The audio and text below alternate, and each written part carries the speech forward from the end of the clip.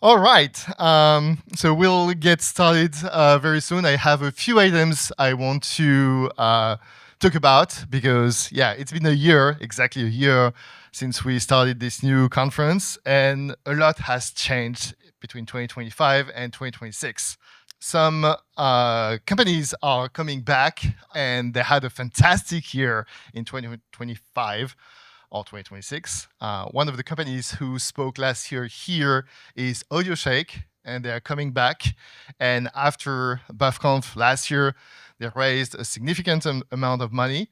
So it's really exciting to see, startups presenting here and being successful. So congratulations, AudioShake, for your round.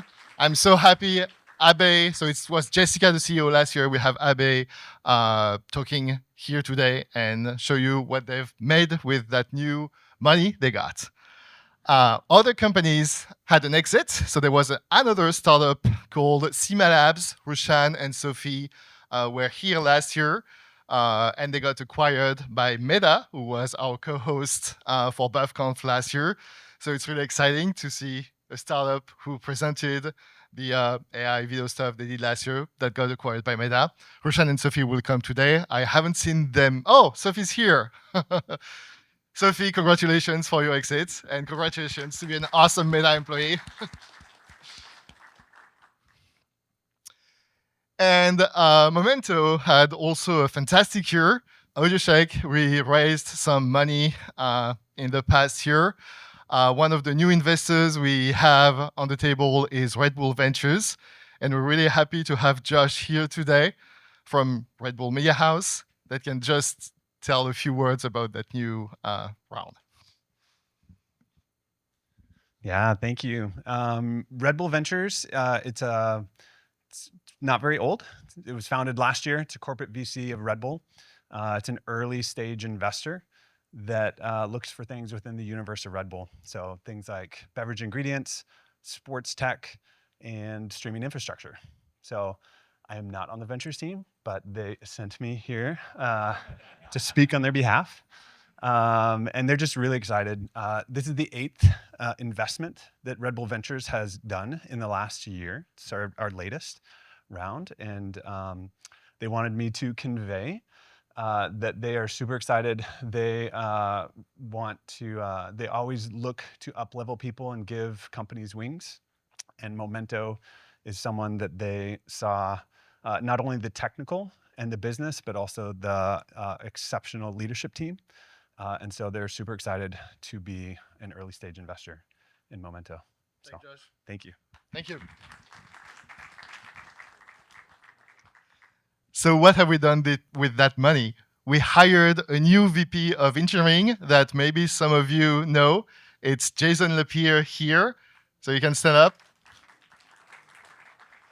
Jason used to be working with a few people from AWS Elemental and Elemental before the acquisition. So I'm so happy to, have the band back together with Jason. And it's so exciting to have you on board.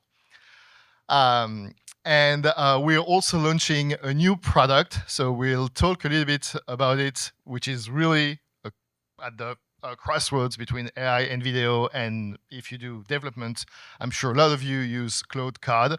So we are going to launch a new product today called Mo, which is an AI harness plus a gateway router for LLMs, plus our own hosting for open weight LLMs. So it's extremely fast because we know how to do caching. So we can cache all the pre-filled decode stages of the LM workflow. We usually, in average, twice faster and half the price of Cloud Code. So you will hear about it. I'm stopping my sales pitch now and go to BuffConf. So yeah, there was an event that just finished a few weeks ago. The FIFA World Cup of, what's the sport? Football, not soccer, right?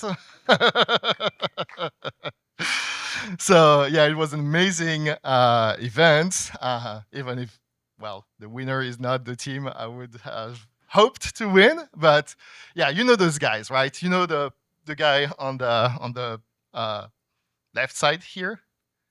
What's his name?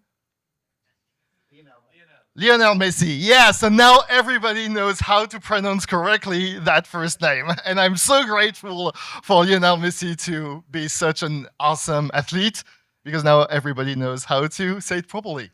He's a great athlete, but he's not the best scorer. The best scorer is this guy, Kylian Mbappe, the French guy. He's the guy with the most number of goals ever for the World Cup, and he's only 27. It's amazing. So we're going to talk about the FIFA World Cup of football, soccer, with some numbers. And when we talk about streaming at scale, it's always about numbers and what's the largest event, the largest number of streams for any sport event. Everybody remembers about the Netflix boxing game with Mike Tyson, December or November 2024. It was 65 million concurrent streams, and at the time, it was by far the largest event streamed on the internet. Then, in June this year, Geo Hotstar for cricket was topping that with 72 million concurrent streams.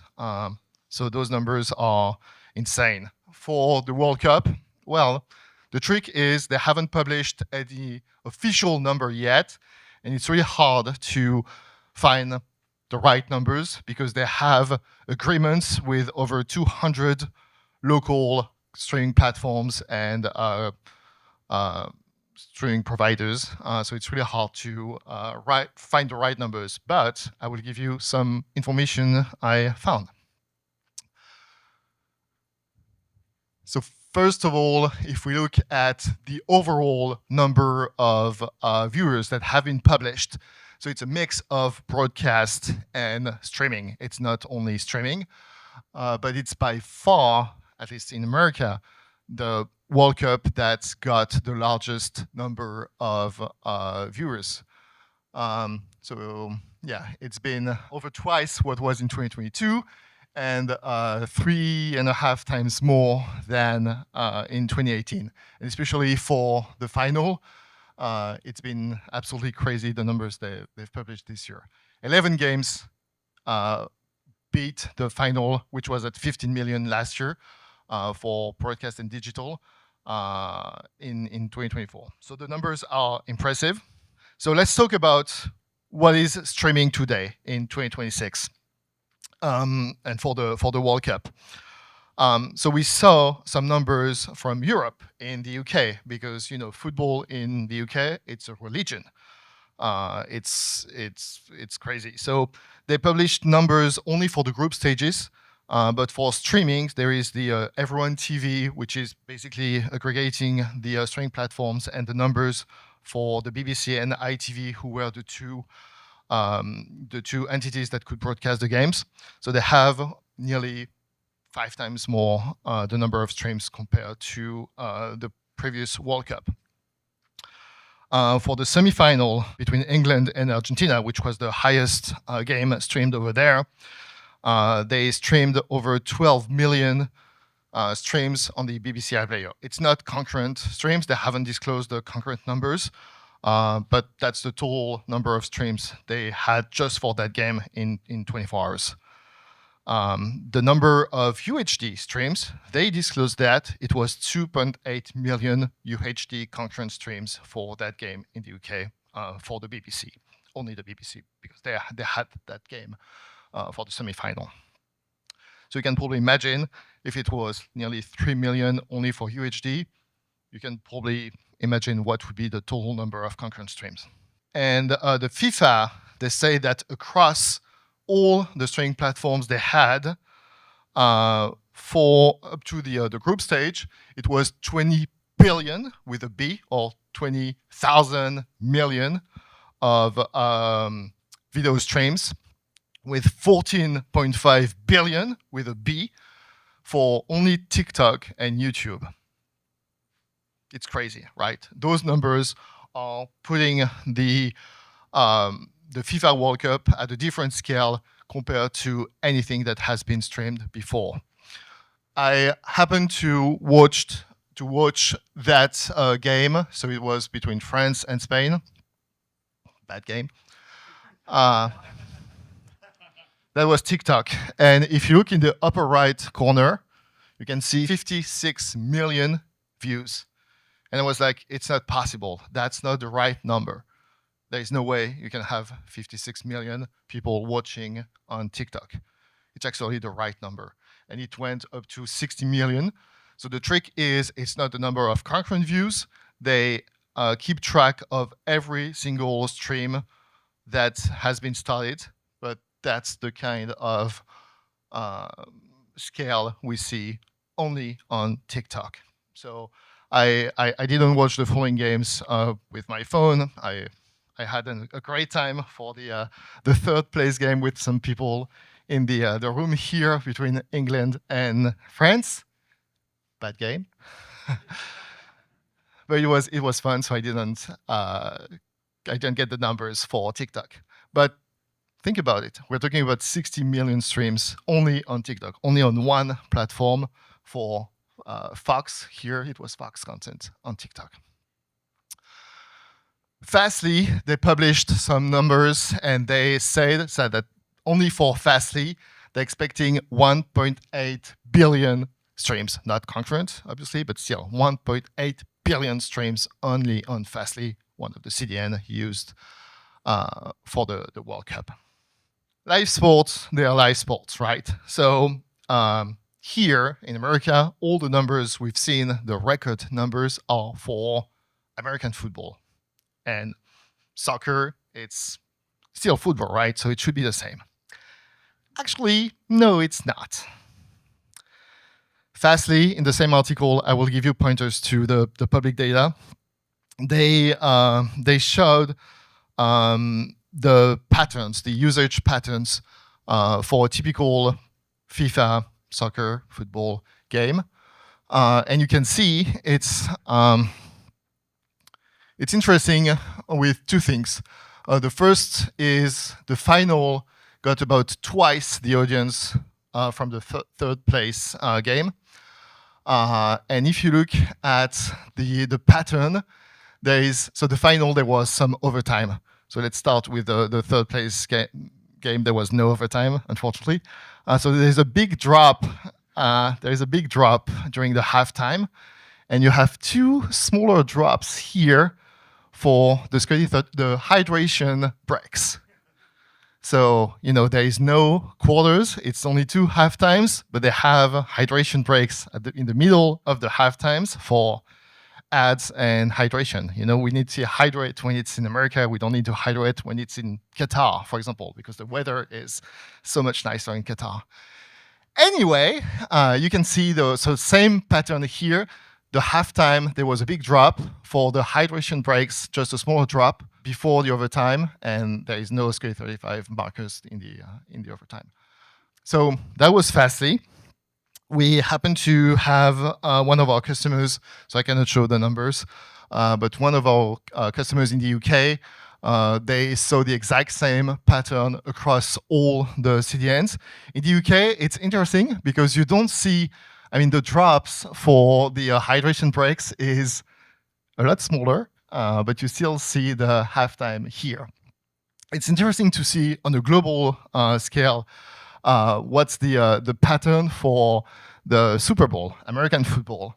The peak is at the halftime show, when you have Bad Bunny or when you have Kendrick Lamar, everybody's watching the halftime show. Everybody's not watching the halftime show for a FIFA game. The peak is really at the end of the game. So it's a different sport and it's a different way of consuming the content. So if we want to break it down, it's even better when you watch all the devices. So again, we happen to worked with the same US company here, and we do monitoring, beaconing on the devices.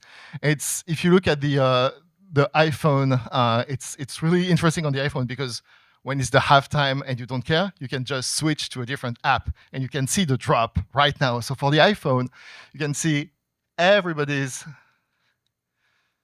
So everybody's watching the halftime show during the Super Bowl, but nobody is watching the halftime ads or even sorry, there was a halftime show, but nobody cares about the halftime show for the FIFA final.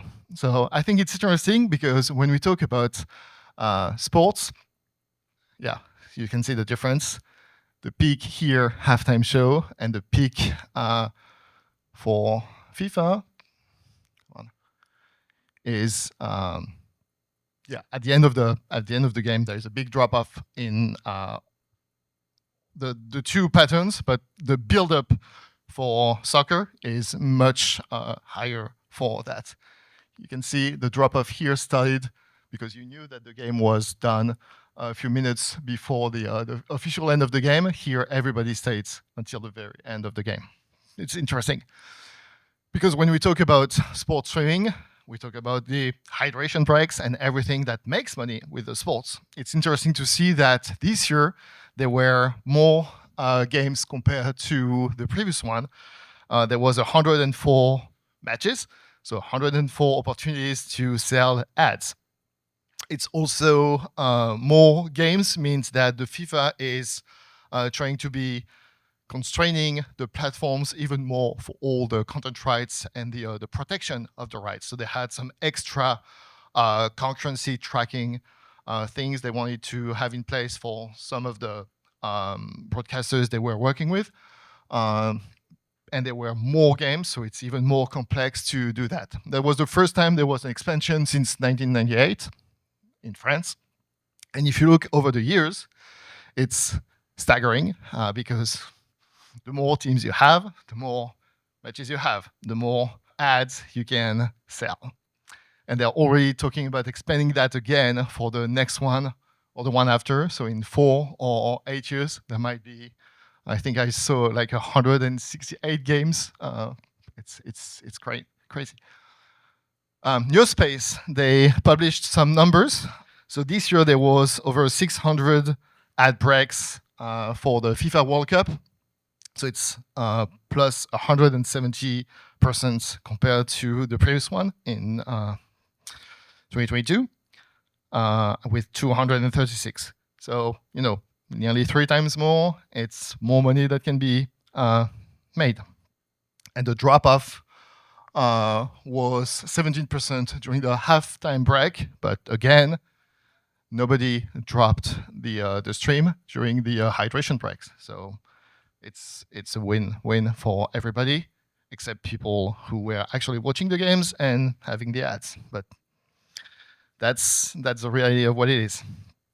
And yeah, it's going to be everything was made to make those games nerve-wracking, and there was a build-up more dramatic, more. The ball was changed to make it accelerate harder when you shoot from further away, so that there was more attempts to make goals. And it actually worked because there was a significant increase in the number of goals per game. And that's how you make the game more interesting. So yeah, there was, just for your space, there was 297 million ads a day for 39 days, right? That's number of personalized ads they inserted, which is 41% more compared to the Olympics only 2 years ago. So if you don't like ads, brace yourself. Lessons learned. So yeah, we are lucky enough to have a few customers who were streaming the FIFA World Cup games. We learned a few things. The first thing is there is no such thing as too much redundancy. So we were the origin for one of those partners we had. And if things go wrong, it can go really, really wrong. So in the UK, because maybe we were involved with a streaming platform in the UK, in 2018, they had a crash in one game. So it was in 2018, and they had to go to the parliament and explain what went wrong technically to justify why they cut off the stream 2 minutes before the end. And that was a catastrophe, and they really feel that burn still today. So they have a different platform in 2026, sorry, and they were very happy with that platform because there was no crash. So just saying, we are very happy with that result as well. Real-time metrics are everything because you saw all the numbers, the ads, everything that is at stake. You want to make sure that you can act immediately when something is going wrong.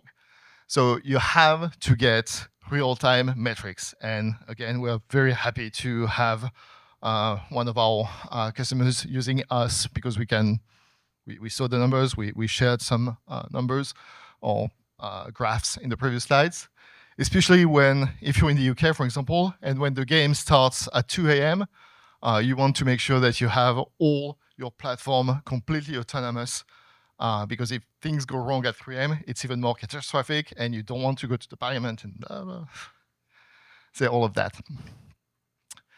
Monetization is the king here. Well, content is the king, but ads are the queen, maybe. And the real star of the show is the game itself. It's not the halftime show, so you can have Madonna and BTS and Shakira and Justin Bieber and Ted Lasso and the Muppets, and nobody cares. They just drop off. So it's really interesting because that's where the money is, and that's what is going to keep more and more games in the coming editions. So with that said, I put some links here for the public data. I'm expecting to see more by the FIFA in the coming weeks, but that's what we have today. And I think it's a great story to tell about how you can stream at scale, which is going to be a hot topic for this edition of BuffConf. And welcome to BuffConf 2026.